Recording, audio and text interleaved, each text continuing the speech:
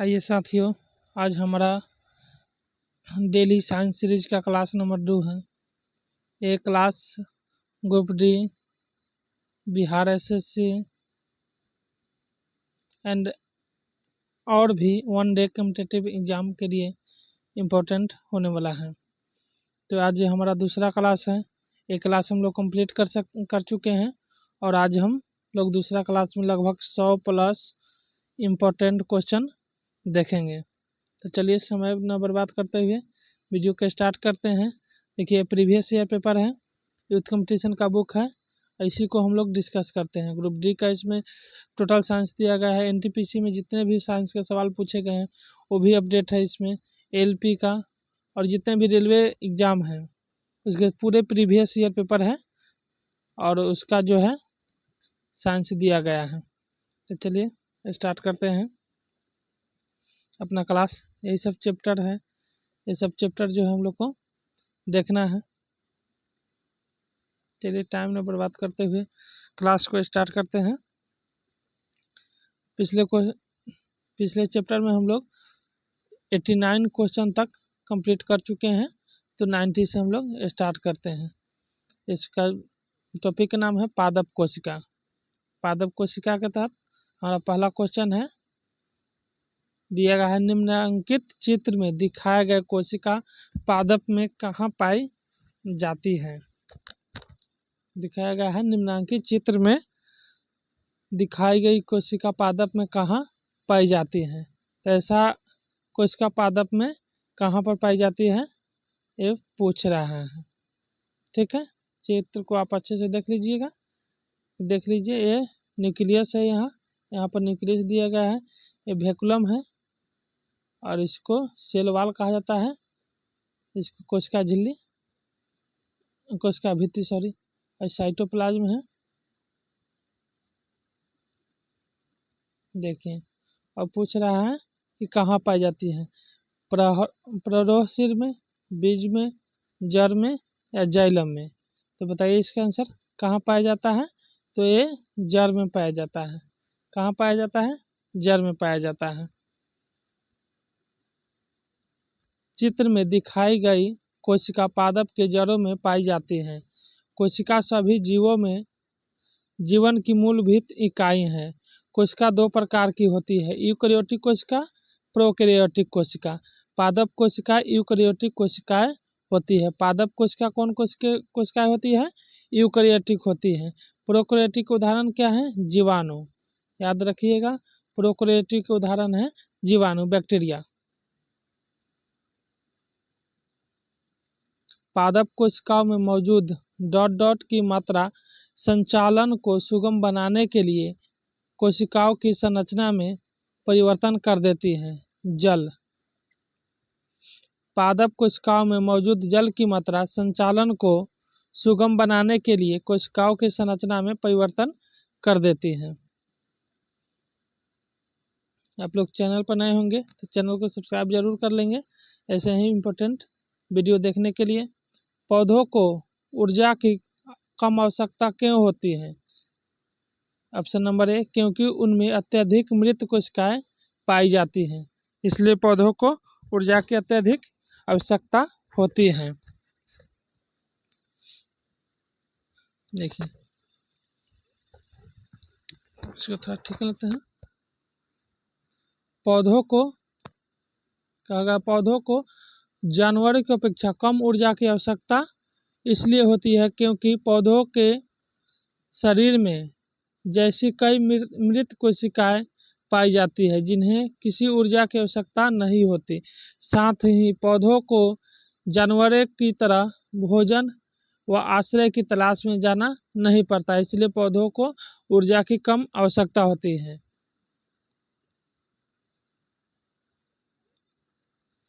पादप कोशिकाओं में कोशिका भित्ति क्यों पाई जाती है?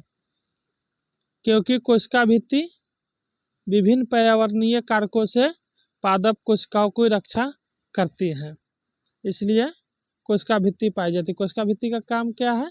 कोशिका भित्ति का काम है कोशिका की रक्षा करना, इसको याद रखेंगे। और कोशिका भित्ति सिर्फ पादप में ही पाया जाता है। जंतु कोशिका में कोशिका भित्ति नहीं पाया जाता, सिर्फ पादप कोशिका में ही कोशिका भित्ति पाया जाता है। पादप कोशिकाओं में कोशिका भित्ति पाई जाती है क्योंकि कोशिका भित्ति विभिन्न पर्यावरणीय कारकों से पादप कोशिकाओं की रक्षा करती है। पादप कोशिका भित्ति सेलुलोज और पेक्टिन से निर्मित होती है। पादप कोशिका भित्ति किससे बनी होती है? सेलुलोज और पेक्टिन से बनी होती है। कोशिका भित्ति में 2 परतें होती हैं। इनके मध्य लैलेमा नामक दीवार होती है। कोशिका भित्ति का मुख्य कार्य कोशिका की आकृति प्रदान करना एवं प्रोटोप्लाज्म की रक्षा करना है। देखिए, कोशिका भित्ति इस तरह से कोशिका भित्ति हुआ और इसका मुख्य कार्य होता है कोशिका को आकृति प्रदान करना, यानी एक कोशिका भित्ति बाहर से हो तो एक आकृति बन गया और इसके अंदर जो भी पदार्थ है उसका रक्षा करना कोशिका भित्ति का कार्य है। कोशिका में केंद्रक के अतिरिक्त निम्न में से किन 2 कोशिकांगों के अपने डीएनए और राइबोसोम होते हैं? तो लवक और माइटोकॉन्ड्रिया के डीएनए और राइबोसोम दोनों पाया जाता है। लवक और माइटोकॉन्ड्रिया में अपना डीएनए और राइबोसोम पाया जाता है, इसको याद रखेंगे।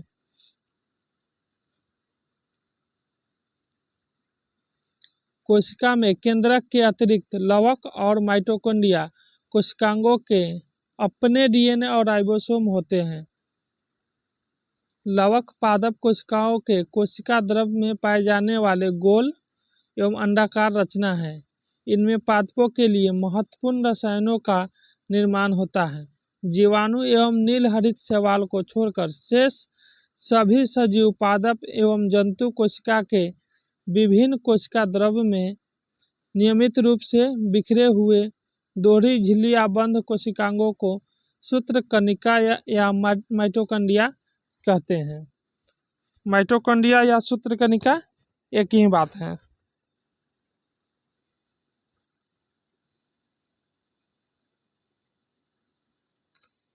पादप कोशिका में श्वसन क्रिया, जिसमें वे ऑक्सीजन ग्रहण करते हैं और भोजन से ऊर्जा और कार्बन डाइऑक्साइड मुक्त करते हैं, कहलाती है। माइटोकॉन्ड्रिया पादपों में श्वसन की क्रिया, जिसमें वे ऑक्सीजन ग्रहण करते हैं और भोजन से ऊर्जा और कार्बन डाइऑक्साइड मुक्त करते हैं, कहाँ होती है? ये प्रक्रिया जो होती है ये कहाँ होती है? तो माइटोकॉन्ड्रिया में प्रक्रिया होती है। पादप कोशिका में श्वसन क्रिया, जिसमें वे ऑक्सीजन ग्रहण करते हैं और भोजन से ऊर्जा और कार्बन डाइऑक्साइड मुक्त करते हैं, माइटोकॉन्ड्रिया में होता है। अपशिष्ट उत्पादों को पादप कोशिका के अंदर कहाँ संचित किया जाता है? जो अपशिष्ट उत्पाद है उसको पादप कोशिका में कहाँ संचित किया जाता है? तो रसधानी में उसको स्टोर किया जाता है। अपशिष्ट उत्पादों को पादप कोशिका के अंदर रसधानियों में संचित किया जाता है। रसधानी जंतु और पादप कोशिकाओं के कोशिका द्रव में पाई जाने वाली रचना है। रसधानी कहाँ पाई जाती है? कोशिका द्रव में।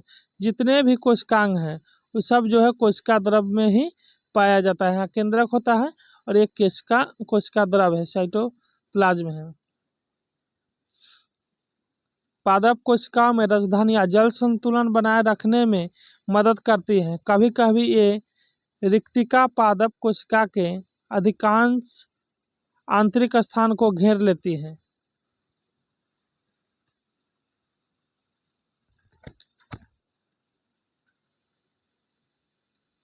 पर्णहरित क्लोरोफिल वर्णक कोशिका के इनमें से किस घटक में मौजूद होता है? हरित लवक में। हरित लवक पौधों के लिए अत्यंत महत्वपूर्ण कोशिकीय संरचना है, जिसमें मौजूद पर्णहरित क्लोरोफिल वर्णकों की सहायता से प्रकाश संश्लेषण की क्रिया संपन्न होती है। इनमें क्लोरोफिल के अतिरिक्त ज़ैंथोफिल या कैरोटीन वर्णक भी पाए जाते हैं। निम्नलिखित में से कौन से कोशिकांग केवल पादपों में पाए जाते हैं? कौन सा कोशिकांग है जो केवल पादप में पाया जाता है? तो वह है लवक, प्लास्टिड। लवक केवल पादपों में पाए जाते हैं। लवक पादप कोशिकाओं के कोशिका द्रव में पाए जाने वाले गोल एवं अंडाकार रचना है। लवक का आकार कैसा होता है? या तो गोल होता है, इस तरह से गोल होता है, नहीं तो अंडाकार रचना होता है लवक का। लवक 3 प्रकार के होते हैं, हरित लवक, वर्णी लवक और वर्णी लवक। क्लोरोप्लास्ट हरित लवक को कहा जाता है, वर्णी लवक यानी ल्यूकोप्लास्ट और वर्णी लवक। देखिए हरित लवक हरा होता है, इसका कलर हरा होता है, और वर्णी लवक का कोई कलर नहीं होता है, यानी सफ़ेद होता है, एक कलरफुल होता है। वर्णी लवक कलरफुल होता है।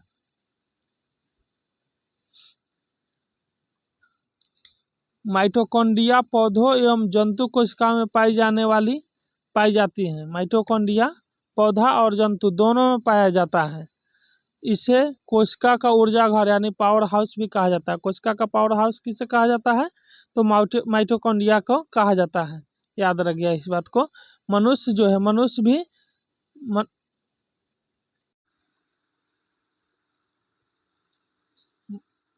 माइटोकॉन्ड्रिया कहाँ पाया जाता है?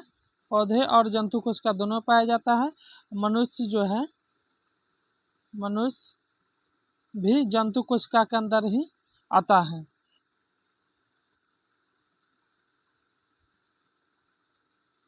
जब किसी पादप कोशिका, कवक कोशिका या जीवाणु कोशिका को एक अन्य अत्यधिक तनु बाह्य माध्यम में रखते हैं तो पादप कोशिका या कवक कोशिका जल को अवशोषित कर लेगी किंतु फटेगी नहीं, जबकि जंतु कोशिका फट जाएगी।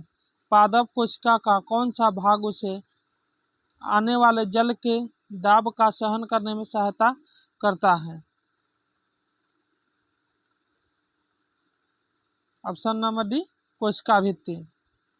पादप कोशिका में कोशिका भित्ति पाई जाती है। कोशिका भित्ति आने वाले जल के दाब को सहन करने में कोशिका की सहायता करती है।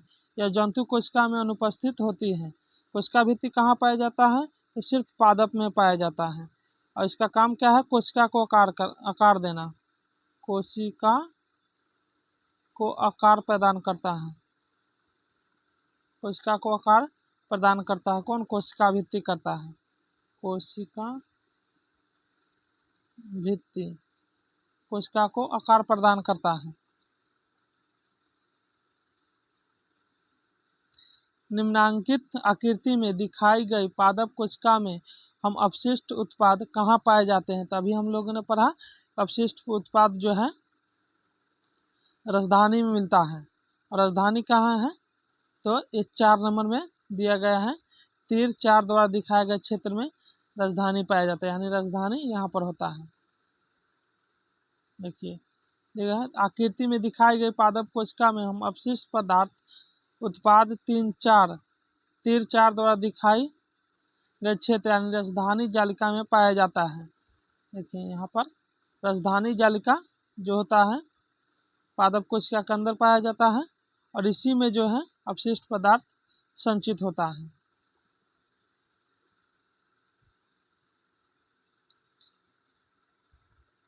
निम्नलिखित में से कौन सा पादप कोशिका में स्टार्च, प्रोटीन और तेल कणीय का संग्रहण करता है? वर्णी लवक। केवल पादप कोशिका में पाए जाने वाले दोहरी झिल्ली आबंध कोशिकांग लवक के 3 प्रकार होते हैं, ल्यूकोप्लास्ट, क्रोमोप्लास्ट और क्लोरोप्लास्ट। इसको हरित लवक कहा जाता है, हरित लवक कहा जाता है। ल्यूकोप्लास्ट को जो है अवर्णी लवक कहा जाता है और क्रोमोप्लास्ट को वर्णी लवक कहा जाता है। इनमें से ल्यूकोप्लास्ट तथा अवर्णी लवक 3 प्रकार के खाद्य सामग्री स्टार्च, प्रोटीन, सेल वसा का संग्रहण करता है। कौन कौन करता है? तो ल्यूकोप्लास्ट और अवर्णी लवक, यानी ल्यूकोप्लास्ट अथवा अवर्णी लवक दोनों बात एक ही है। स्टार्च, प्रोटीन और सेल यानी वसा का संग्रहण करता है। इसको याद रखें। अवर्णी लवक या ल्यूकोप्लास्ट रंगहीन लवक है, यह कोई रंग नहीं होता, यह सफ़ेद होता है। अभी आपको ही बताया हम लोग कि सफ़ेद होता है, जो सूर्य के प्रकाश से दूसरे पौधों के अंधेरे हिस्से में पाए जाते हैं। सूर्य के प्रकाश से दूर पौधों के अंधेरे हिस्से में पाया जाता है। जब आप लोग देखते होंगे कभी कभी कोई घास या कोई भी पौधा कभी किसी वस्तु के नीचे दब जाता है तो उसका कलर चेंज हो जाता है। किसी वस्तु के नीचे दबने के कारण उसका कलर चेंज होता है, वो वाइट वाइट सा हो जाता है। तो उसमें क्या नहीं पाया जाता है, तो अवर्णी लवक यानी ल्यूकोप्लास्ट नहीं पाया जाता। निम्नांकित चित्र में दर्शाए गए प्रकार की कोशिका कहाँ पाई जाती हैं? इस प्रकार की कोशिका कहाँ पाई जाती है? ऑप्शन नंबर बी, पत्तियों और प्रारोह में इस प्रकार की कोशिका पाई जाती हैं। चित्र में दर्शाए गए प्रकार की कोशिका पत्तियों और प्रारोहों में पाई जाती हैं। वायु तक कोशिकाएं डॉट डॉट में पाई जाती हैं। बी, जलकुंभी में। वायु तक कोशिका कहाँ पाई जाती है? जलकुंभी में पाई जाती हैं।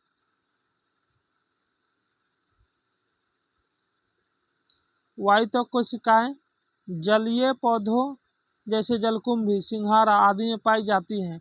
ऐसे पौधे जिनमें बड़े आकार के अंतरकोशीय आवरण होते हैं तथा उसमें वायु भरी रहती है, जिस कारण पादप हल्का बना रहता है और पानी की सतह पर आसानी से तैरता रहता है, उन्हें वायुतक कहते हैं। इन वायुतक को वायु कोष्ठ भी कहा जाता है। साथियों, चैनल पर नए होंगे तो चैनल को सब्सक्राइब करते चलेंगे और लाइक और शेयर करते चलेंगे। रंगहीन लवक क्या कहलाते हैं? रंगहीन लवक अभी हम लोगों ने पढ़ा ल्यूकोप्लास्ट यानी अवर्णी लवक कहलाते हैं। ल्यूकोप्लास्ट अवर्णी लवक कहलाते हैं। रंगहीन लवक ल्यूकोप्लास्ट कहलाते हैं। ल्यूकोप्लास्ट स्टार्च, लिपिड और प्रोटीन के संश्लेषण और भंडारण के लिए महत्वपूर्ण अंग है। यानी स्टार्च, लिपिड और प्रोटीन का संग्रहण कहाँ होता है या भंडारण कहा जाए तो अवर्णी लवक में होता है। एपिकोप्लास्ट आवश्यक चयापचय कार्यों वाला एक प्लास्टिड है जो द्वितीय एंडोसिम्बायोसिस के माध्यम से विकसित हुआ है।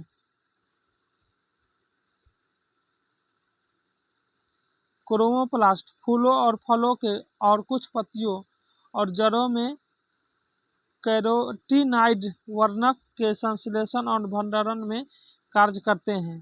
क्लोरोप्लास्ट पौधे का एक कोशिकांग है जो प्रकाश संश्लेषण प्रक्रिया के माध्यम से प्रकाश ऊर्जा को अपेक्षाकृत स्थिर रासायनिक ऊर्जा में परिवर्तित करता है। कुछ जीवाणु प्रकाश संश्लेषी होते हैं। इन कोशिकाओं में प्रकाश संश्लेषण वर्णक कहाँ स्थित होता है? तो डी, प्लाज्मा झिल्ली में अंतःवर्लन में होता है। कुछ जीवाणु प्रकाश संश्लेषी होते हैं। ठीक, इन कोशिकाओं में प्रकाश संश्लेषण वर्णक प्लाज्मा झिल्ली के अंतःवर्लन में स्थित होता है। प्रकाश संश्लेषण प्रोकैरियोटिक जीवाणु में क्लोरोफिल और झिल्लीदार पुट्टिका के साथ संबंधित है। पादप कोशिकाओं की भित्तियां डॉट डॉट से बनी होती है। पादप कोशिका की भित्ति किसकी बनी होती है? तो सेल्यूलोज की बनी होती है। कोशिका जीवन की सबसे छोटी कार्यात्मक और संरचनात्मक इकाई है। कोशिका क्या है? तो कोशिका जीवन की सबसे छोटी कार्यात्मक और संरचनात्मक इकाई है।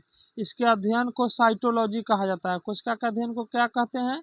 तो साइटोलॉजी कहते हैं। पादप व जंतु कोशिकाओं की संरचना अलग अलग होती है। पादप और जंतु कोशिकाओं की संरचना कैसी होती है? तो अलग होती है। देखिए, जंतु कोशिकाओं की संरचना गोल होती है, जबकि पादप कोशिकाओं की संरचना जो है इस तरह से चौकोर में होती है। कोशिका भित्ति केवल पादप कोशिका में पाई जाती है। सेल्यूलोज की बनी होती है कोशिका भित्ति। यह कोशिका की सुरक्षा के साथ साथ उसके निश्चित आकार एवं आकृति को बनाए रखने में सहायक है। यह कोशिका झिल्ली के बाहर पाई जाती है। कोशिका भित्ति कहाँ पाई जाती है? कोशिका झिल्ली के बाहर पाई जाती है। पौधों में कोशिका भित्ति का निर्माण करने वाले जटिल कार्बोहाइड्रेट को क्या कहा जाता है? तो सेल्यूलोज कहा जाता है। पौधों में कोशिका भित्ति का निर्माण करने वाले जटिल कार्बोहाइड्रेट को क्या कहा जाता है? सेलुलोज कहा जाता है। कौन सा कोशिकांग प्रकाश संश्लेषण के दौरान प्रकाश ऊर्जा का उपयोग करता है? तो हरित लवक। हरित लवक ही है जो प्रकाश संश्लेषण के दौरान प्रकाश ऊर्जा का अवशोषण करता है। हरित लवक प्रकाश संश्लेषण के दौरान प्रकाश ऊर्जा और रासायनिक प्रकाश ऊर्जा को जो है रासायनिक ऊर्जा में बदलकर उपयोग करता है।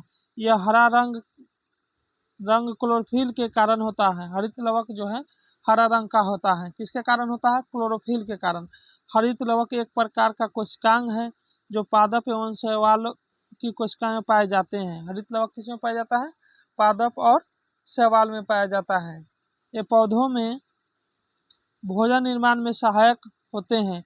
इसी कारण हरित लवक को कोशिका का रसोई घर कहा जाता है। कोशिका का रसोई घर किसे कहा जाता है? तो हरित लवक या क्लोरोप्लास्ट को कहा जाता है। क्लोरोफिल में निम्न में से कौन सा तत्व उपस्थित होता है? क्लोरोफिल में कौन सा तत्व उपस्थित होता है? तो मैग्नीशियम। इसको याद रखेंगे, काफी इंपॉर्टेंट क्वेश्चन है कि क्लोरोफिल में कौन सा तत्व उपस्थित होता है? तो मैग्नीशियम। क्लोरोफिल में मैग्नीशियम तत्व उपस्थित होता है। हरी पत्तियों में क्लोरोफिल एक हरे रंग का वर्णक पाया जाता है। क्लोरोफिल सूर्य के प्रकाश को अवशोषित करता है और ऊर्जा देता है। निम्नलिखित में से क्या केवल पादप कोशिकाओं में पाया जाता है? केवल पादप कोशिका में क्या पाया जाता है? तो लवक। लवक केवल पादप कोशिका में पाया जाता है। गोल्जी काय, केंद्रक और माइटोकॉन्ड्रिया, ये तीनों जो है पादप और जंतु दोनों में पाया जाता है। पादप एवं जंतु दोनों में पाया जाता है। कौन? गोल्जी काय, माइटोकॉन्ड्रिया, केंद्रक। लवक सिर्फ पादप में पाया जाता है। लवक प्लास्टिड केवल पादप कोशिका में पाया जाता है। यह दोहरी झिल्ली से घिरी संरचना है। इसमें अपना डीएनए और राइबोसोम होता है। लवक और किसमें होता है? तो माइटोकॉन्ड्रिया में भी अपना डीएनए और राइबोसोम होता है। यह 3 प्रकार के होता है। लवक कितने प्रकार के होता है? क्लोरोप्लास्ट, क्रोमोप्लास्ट और ल्यूकोप्लास्ट। क्लोरोप्लास्ट में क्लोरोफिल यानी हरा वर्णक होता है जो प्रकाश संश्लेषण में सहायक होता है। क्रोमोप्लास्ट रंगीन लवक है। इसमें जेंथोफिल और कैरोटीन लाल एवं नारंगी रंग के वर्णक होते हैं। जेंथोफिल और कैरोटीन किस में पाया जाता है? तो क्रोमोप्लास्ट में पाया जाता है। मिर्च या टमाटर हरे रंग से लाल रंग में परिवर्तन क्लोरोप्लास्ट के क्रोमोप्लास्ट में परिवर्तन के कारण होता है। देखिए, मिर्च और टमाटर शुरुआत में तो हरे रंग का होता है लेकिन बाद में लाल रंग का हो जाता है। तो किस लिए होता है? तो क्लोरोप्लास्ट जो है क्रोमोप्लास्ट में बदल जाता है, इसलिए मिर्च या टमाटर बाद में लाल हो जाता है। ल्यूकोप्लास्ट ये रंगहीन प्लास्टिड होता है जो मुख्य रूप से एक पादप कोशिका में खाद्य पदार्थों को संग्रहित करता है। निम्नलिखित में से कौन सा वर्णक फलों एवं सब्जियों के रंग के कारण के लिए जिम्मेदार है? तो डी एंथोसायनिन्स। फलों और सब्जियों के रंगों का निर्धारण एंथोसायनिन वर्णक करता है। एंथोसायनिन जामुन, प्याज, अनार, अंगूर, टमाटर, चोकोबारी आदि में पाया जाता है। जबकि हीमोसायनिन रक्त को नीला बनाता है, जैसे लौह के बजाय तांबा मौजूद है। ऑक्टोपस, मकड़ियों और केकड़ों बिच्छू में पाया जाता है। हीमोग्लोबिन यह रक्त को लाल बनाता है और सभी कशेरुकी तथा कुछ अकशेरुकी में पाया जाता है। हीमोग्लोबिन कशेरुकी किसको कहते हैं? जिसमें रीढ़ की हड्डी पाई जाती है उसको कशेरुकी कहा जाता है। कीमो इरेथ्रिन रक्त को गुलाबी बनाता है। कीमो इरेथ्रिन क्या बनाता है? रक्त को गुलाबी रंग प्रदान करता है। हीमोग्लोबिन रक्त को लाल रंग प्रदान करता है। पौधों में पाए जाने वाला नीला, बैंगनी या लाल फ्लोवोनाइड वर्णक किसकी उपस्थिति के कारण होता है? तो एंथोसाइनिन के कारण होता है। पौधों में पाया जाने वाला नीला, बैगनी व लाल फ्लोनाइड वर्णक एंथोसाइनिन की उपस्थिति के कारण होता है। निम्नलिखित में से कौन सा कोशिका अंग पादप कोशिका में पाया जाता है किंतु पशु कोशिका में नहीं पाया जाता है? क्लोरोप्लास्ट।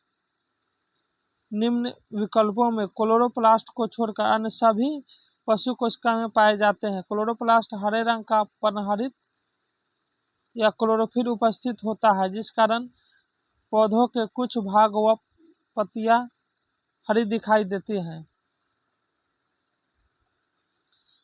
इसके कारण प्रकाश संश्लेषण की क्रिया और कार्बोहाइड्रेट बनते हैं। देखिए, क्वेश्चन अगर शॉर्ट में पढ़ा जाए तो इसमें एक सीधा पूछ रहा है कि कौन सा अंग है जो सिर्फ पादप में पाया जाता है। पादप में पाया जाता है, जंतु का मतलब पशु कोशिका का मतलब यह जंतु कोशिका में नहीं पाया जाता। तो देखिए, एंडोप्लास्टिक रेटिकुलम ये जंतु कोशिका में पाया जाता है, राइबोसोम पाया जाता है, माइटोकॉन्ड्रिया में पाया जाता है, लेकिन क्लोरोप्लास्ट अभी बार बार आपको बता रहे हैं कि यह सिर्फ पादप कोशिका में ही पाया जाता है। निम्नलिखित में से कौन सा घटक पत्तियों को हरा रंग प्रदान करता है? तो आपका क्लोरोफिल। क्लोरोफिल पत्तियों का हरा रंग प्रदान करता है। उस वर्णक का नाम बताएं जिसकी वजह से पौधों का रंग हरा होता है। क्लोरोफिल के कारण पौधों का रंग हरा होता है। चलिए, उत्तक चैप्टर को हम लोग स्टार्ट करते हैं। उत्तक आपका नया चैप्टर है उत्तक। उत्तक के अंतर हम लोग जंतु उत्तक पढ़ेंगे, एनिमल टिश्यू। निम्न में से कौन सा उत्तक वृक्क नलिकाओं की भित्तियों का निर्माण करता है? तो उपकला उत्तक। उपकला उत्तक वृक्क नलिकाओं की भित्तियों का निर्माण करता है। यह शरीर के अंदर स्थित विभिन्न अंगों के बाहरी तथा भीतरी सतह का निर्माण करने वाला उत्तकों को उपकला उत्तक कहते हैं। माइटोकॉन्ड्रिया को विचित्र अंग क्यों माना जाता है? क्योंकि इसमें राइबोसोम और डीएनए पाया जाता है। माइटोकॉन्ड्रिया में अपना राइबोसोम और डीएनए पाया जाता है, इसलिए इसको सभी अंग से अलग माना जाता है। माइटोकॉन्ड्रिया को विचित्र अंग इसलिए कहा जाता है क्योंकि इसमें राइबोसोम और डीएनए पाया जाता है। निम्न में से कौन सा मानव शरीर के संचालन के लिए मुख्य उत्तरदायी है? तंत्रिका एवं उपकला उत्तकों का संयोजन। तंत्रिका और उपकला उत्तकों का संयोजन ही मानव शरीर के संचालन के लिए मुख्य रूप से उत्तरदायी है। मानव शरीर के संचालन के लिए मुख्यतः तंत्रिका एवं पेशीय उत्तक का संयोजन उत्तरदायी होता है। पेशीय उत्तक पेशियों का निर्माण करते हैं, इसमें संकोचन की क्षमता पाई जाती है। एक विशेष जंतु उत्तक द्वारा किए जाने वाले कुछ कार्यों का उल्लेख नीचे किया गया है। यह अंगों के अंदर अवकाश को भर देता है। दूसरा है, यह आंतरिक अंगों को सहारा देता है। तीसरा, यह उत्तकों की मरम्मत में सहायक होता है। नीचे दिए विकल्पों में से इस उत्तक की पहचान कीजिए। तो यह अवकाशी उत्तक का लक्षण है।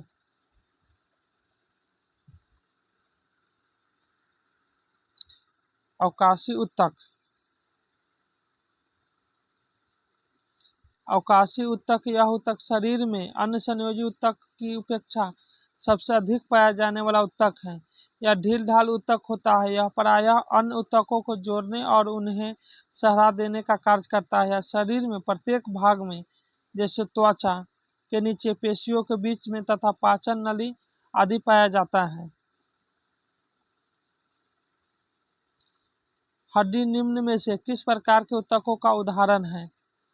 संयोजी उत्तक का उदाहरण है। हड्डी किस प्रकार के उत्तक का उदाहरण है? तो संयोजी उत्तक का उदाहरण है। हड्डी संयोजी उत्तक का उदाहरण है। यह उत्तम संरचना और कार्य में समान कोशिकाओं का एक समूह होते हैं। जंतु उत्तक 4 प्रकार के होते हैं। जंतु ऊतक कितने प्रकार के होते हैं? 4 प्रकार के। उपकला ऊतक, संयोजी ऊतक, पेशीय ऊतक एवं तंत्रिका ऊतक। अस्थि या हड्डी ऊतक एक ठोस, दृढ़ और मजबूत संयोजी ऊतक है। संयोजी ऊतक का मुख्य कार्य शरीर के सभी ऊतकों तथा अंगों को आपस में जोड़ना है। अंगों एवं शरीर को आकार देना तथा उसे बनाना हड्डी का काम है।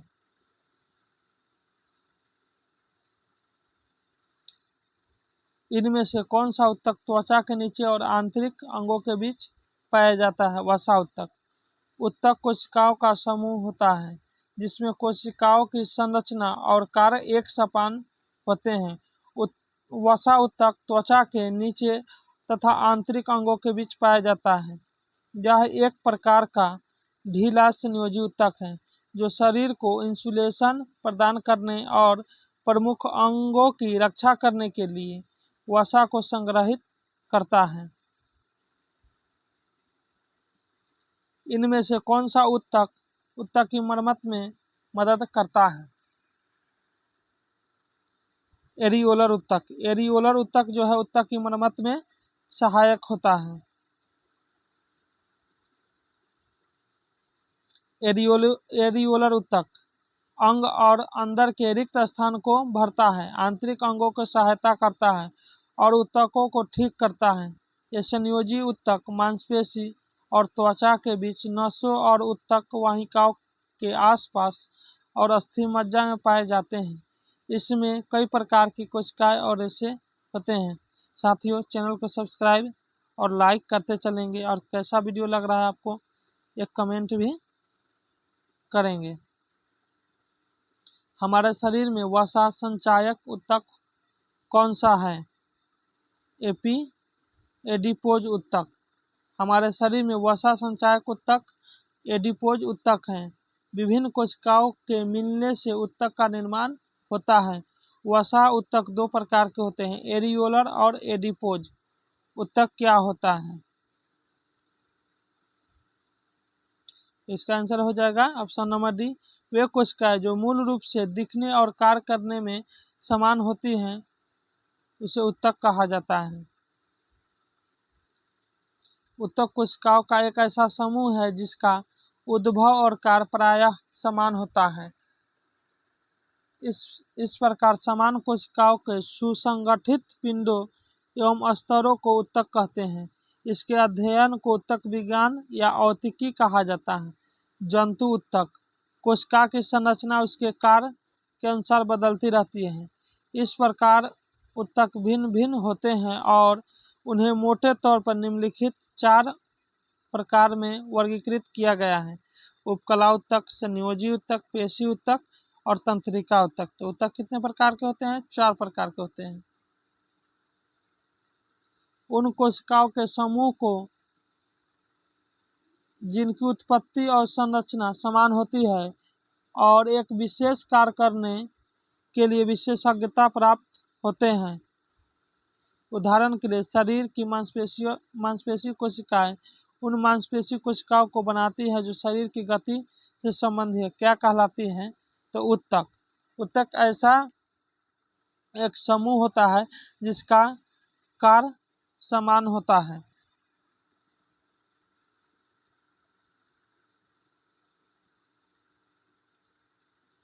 कोशिकाओं का वह समूह जिसमें सभी कोशिकाएं आकार, आकृति, कार्य, उत्पत्ति, परिवर्धन की दृष्टि से समान होती है ऊतक कहलाता है। ये हमारे शरीर के सभी हिस्सों और अंगों का निर्माण करते हैं। ऊतकों का अध्ययन जीव विज्ञान की जिस शाखा में किया जाता है उसे हिस्टोलॉजी कहा जाता है। हिस्टोलॉजी के अंतर्गत ऊतक का अध्ययन किया जाता है। रक्त और हड्डियों डॉट डॉट के उदाहरण है। तो संयोजी ऊतक के उदाहरण है। किसी जीव के शरीर में कोशिकाओं के ऐसे समूह को ऊतक कहते हैं जिनकी उत्पत्ति एक समान हो तथा वे एक विशेष कार्य करती हों। कोशिकाएं मिलकर ऊतक का निर्माण करती हैं। रक्त और कोशिकाएं संयोजी ऊतक के उदाहरण हैं। जंतु के शरीर को ढकने एवं बाह्य रक्षा प्रदान करने वाले ऊतक एपिथेलियम ऊतक कहलाते हैं। मस्तिष्क, मेरारज्जु, तंत्रिकाएं सभी तंत्रिका ऊतक से बनी होती हैं। मनुष्यों में एक संयोजी ऊतक के उदाहरण को पहचानें। हड्डी, हड्डी संयोजी ऊतक है, और रक्त भी संयोजी ऊतक के उदाहरण है। निम्नलिखित में से कौन सा एक संयोजी ऊतक है? हड्डी। डॉट डॉट एक संयोजी ऊतक है। रक्त एक संयोजी ऊतक है। रक्त डॉट डॉट प्रकार के ऊतक का उदाहरण है, तो संयोजी ऊतक के उदाहरण है।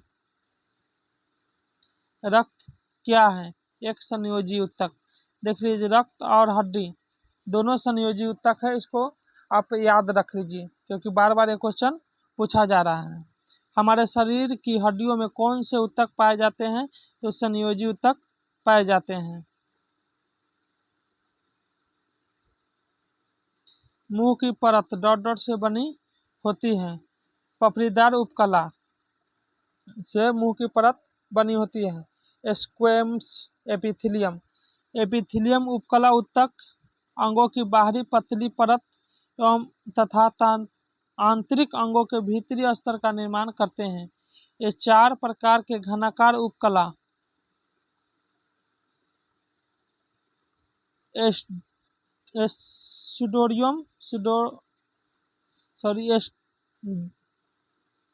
यूडोस्टेटिफाइड स्तंभाकार उपकला, पपड़ीदार उपकला तथा स्तंभाकार उपकला की बनी होती है, जिसमें पपड़ीदार उपकला त्वचा की बाहरी परत पर पाया जाता है। इसके अतिरिक्त वह मुख गुहा, ग्रास नली और आहारनाल के स्तर बनाते हैं। हमारे शरीर में कई अंग हैं। निम्नलिखित में से कौन सा अंग सबसे बड़ा है? तो त्वचा। हमारे शरीर में त्वचा सबसे बड़ा अंग है। मानव शरीर का सबसे बड़ा अंग त्वचा है। यह शरीर का बाहरी आवरण होता है, जिसे वातावरण या एपिडर्मिस कहते हैं। त्वचा उपकला ऊतकों की कई परतों द्वारा निर्मित होता है। मानव शरीर की सबसे बड़ी ग्रंथि यकृत होती है। मानव शरीर की सबसे बड़ी ग्रंथि कौन होती है? यकृत। तो सबसे बड़ा अंग कौन है? तो त्वचा। सबसे बड़ा अंग त्वचा और सबसे बड़ी ग्रंथि यकृत। त्वचा के नीचे और आंतरिक अंगों के बीच ऊतक बनता है। वसा। त्वचा के नीचे और आंतरिक अंगों के बीच डॉट डॉट ऊतक बनता है, तो वसीय ऊतक बनता है। संयोजी ऊतक 3 प्रकार के होते हैं। लचीले संयोजी ऊतक, सघन संयोजी ऊतक, विशिष्टीकृत संयोजी ऊतक।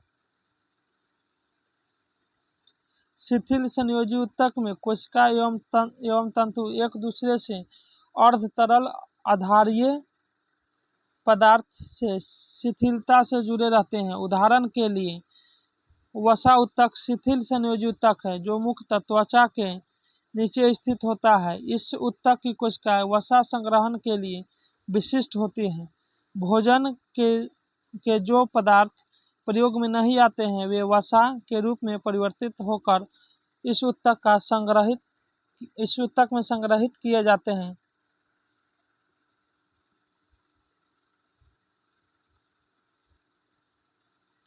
निम्नलिखित में से क्या एक पशु ऊतक नहीं है? तो इसका आंसर चारों में से कोई नहीं होगा। पेशी ऊतक, संयोजी ऊतक, तंत्रिका ऊतक, उपकला ऊतक चारों पशु ऊतक के उदाहरण हैं। यानी पेशी ऊतक, उपकला ऊतक, संयोजी ऊतक और तंत्रिका ऊतक चारों जो है जंतु ऊतक के ही उदाहरण हैं। इसलिए इसमें से कोई इनका आंसर एक नहीं हो सकता, एक से अधिक आंसर है। किसी जीव के शरीर में तंत्रिका ऐसे रेशे को कहते हैं जिसके द्वारा शरीर के एक स्थान से दूसरे स्थान तक संकेत भेजे जाते हैं। मनुष्य शरीर में तंत्रिकाएं शरीर के लगभग हर भाग और मस्तिष्क और मेरारज्जु से जोड़कर उसकी आपसी संपर्क रखती हैं। डॉट डॉट ऊतक हमारे मुंह की आंतरिक स्तर को बनाता है। बी सरल स्वयं एपिथेलियम।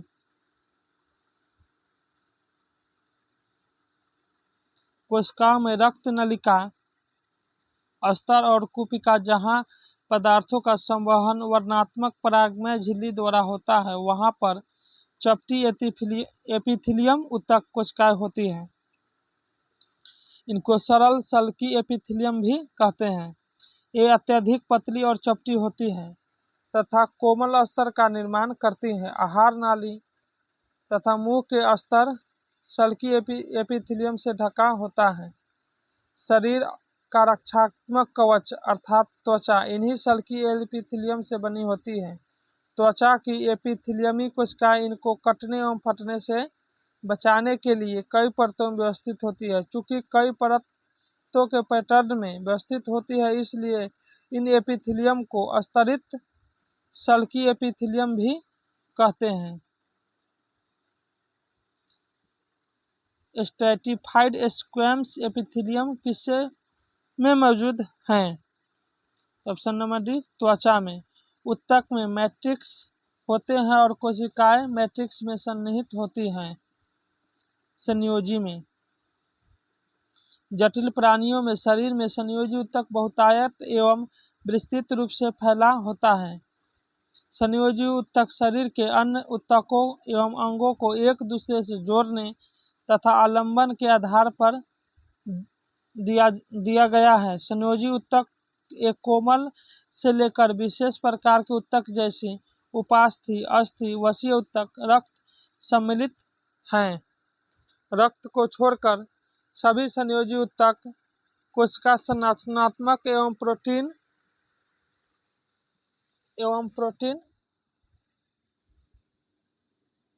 का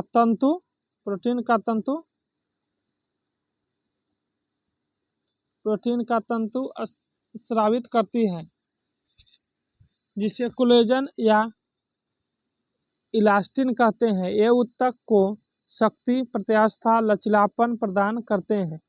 ये कोशिकाएं रूपांतरित पोलोसेकेराइड भी स्रावित करती हैं, जो कोशिका और तंतु के बीच में जमा होकर अधात्री का कार्य करते हैं। पेशीय उत्तक कितने प्रकार के होते हैं? पेशीय उत्तक 3 प्रकार के होते हैं। पेशीय उत्तक अनेक लंबे बेलनाकार तंतुओं से बना होता है, जो समानांतर पंक्ति में व्यवस्थित होते हैं। यह तंतु कई सूक्ष्म तंतुओं से बना होता है, जिसे पेशी तंतु कहते हैं। सामान्यतः शरीर के सभी गतियों में पेशियां प्रमुख भूमिका निभाती है। पेशी उत्तक 3 प्रकार के होते हैं: रेखित पेशी, अरेखित पेशी और हृदय पेशी। मानव शरीर की त्वचा का सबसे बाहरी परत क्या कहलाता है? तो अभी हम लोग पढ़ा एपिडर्मिस कहलाता है। मानव शरीर की त्वचा का सबसे बाहरी परत एपिडर्मिस कहलाती है। यह त्वचा की स्तरित उपकला की कई परतों से मिलकर बनती है। यह शरीर के अलग अलग भागों में अलग अलग मोटाई की होती है। बाह्य त्वचा में कोशिकाओं की आकृति 4 प्रकार की होती है। बाह्य त्वचा में कोशिकाओं की आकृति कितने प्रकार की होती है? 4 प्रकार की। पहली सल्की, दूसरा स्वच्छम परत, काम्य परत और प्रारोही या अंकुरित परत। निम्न में से कौन सा हिस्सा मानव त्वचा का सबसे बाहरी हिस्सा होता है? एपिडर्मिस।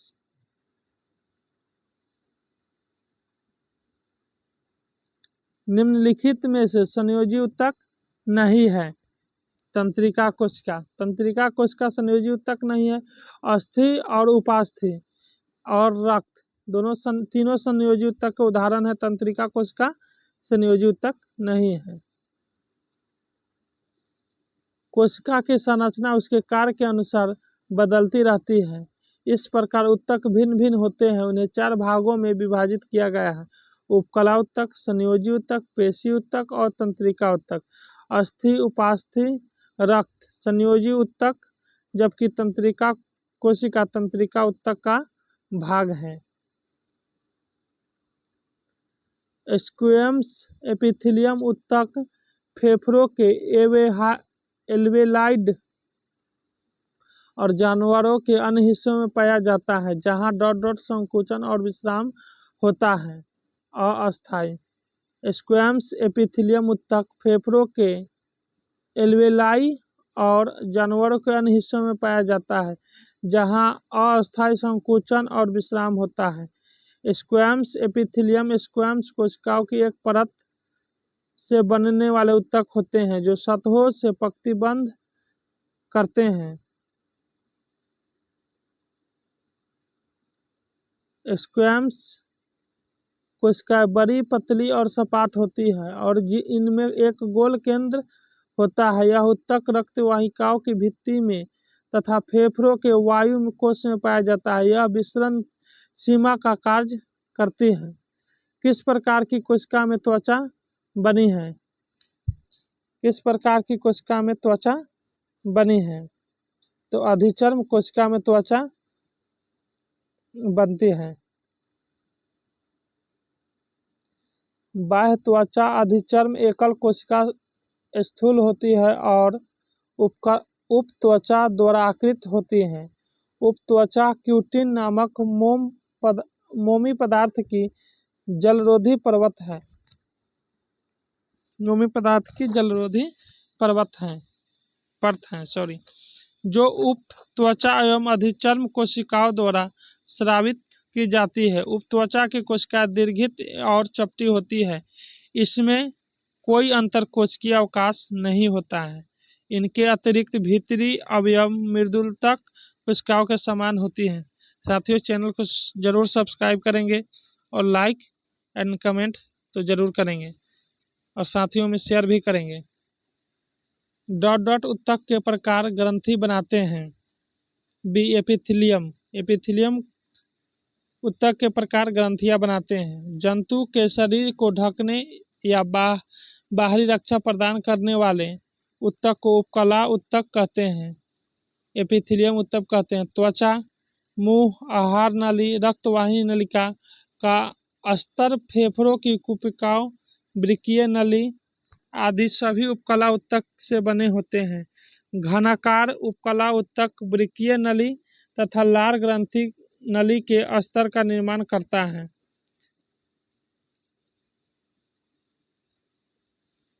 जहां यह उसे यांत्रिक सहारा प्रदान करता है।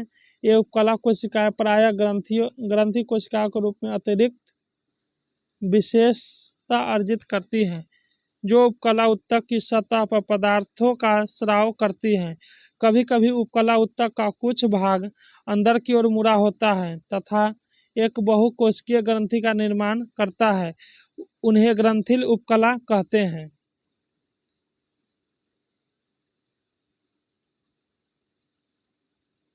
इन्हें ग्रंथिल उपकला कहते हैं।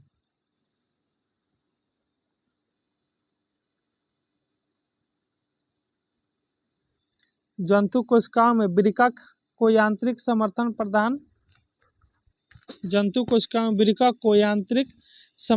प्रदान करने के लिए डॉट डॉट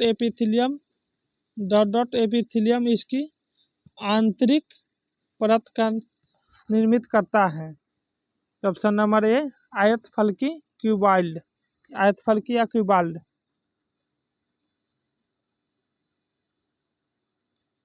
डॉट डॉट ऊतक के प्रकार ग्रंथियां बनाते हैं।